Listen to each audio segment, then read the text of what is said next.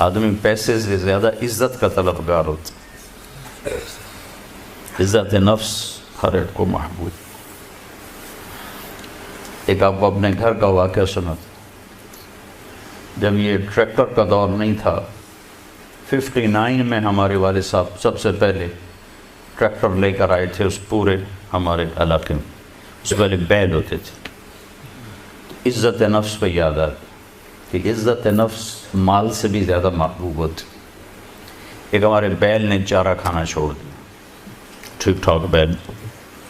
تو ہمارے والد صاحب نے ڈاکٹر بلوایا، اس نے وہ ٹیکا ویکا لگایا، لیکن اس نے پھر بھی نہیں کھایا.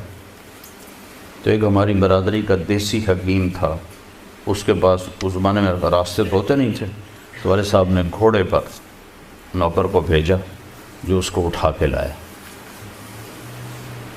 اس نے بیل کو دیکھا، کہنے لگا میاں صاحب اس کو پٹھے کون ڈالتا ہے چارہ؟ کہا جی یہ ہے ہمارا کسائی، دتو کسائی، اللہ دیتا نام تھا، دتو کیا کہتے ہیں، دتو کسائی. اوے اس کو بیل کے آگے بٹھایا اور جوتا اتارا اور 5 سال جوتے اس کے سر میں مارے. پھر کہنے لگا اب چارہ ڈالو.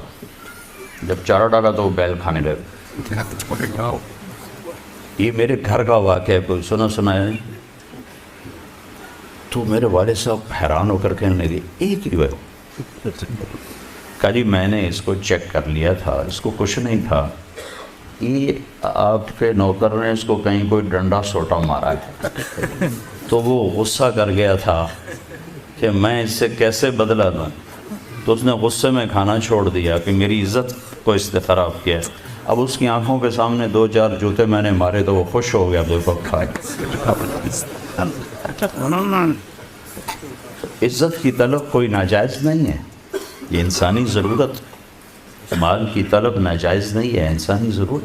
ہاں اس کے حدود ہیں، اس کے اندر تو ضرورت ہے، اس کے باہر پھر کوئی کہیں تکبر بن جاتا ہے، کہیں ظلم بن جاتا ہے، کہیں زیادتی ہے.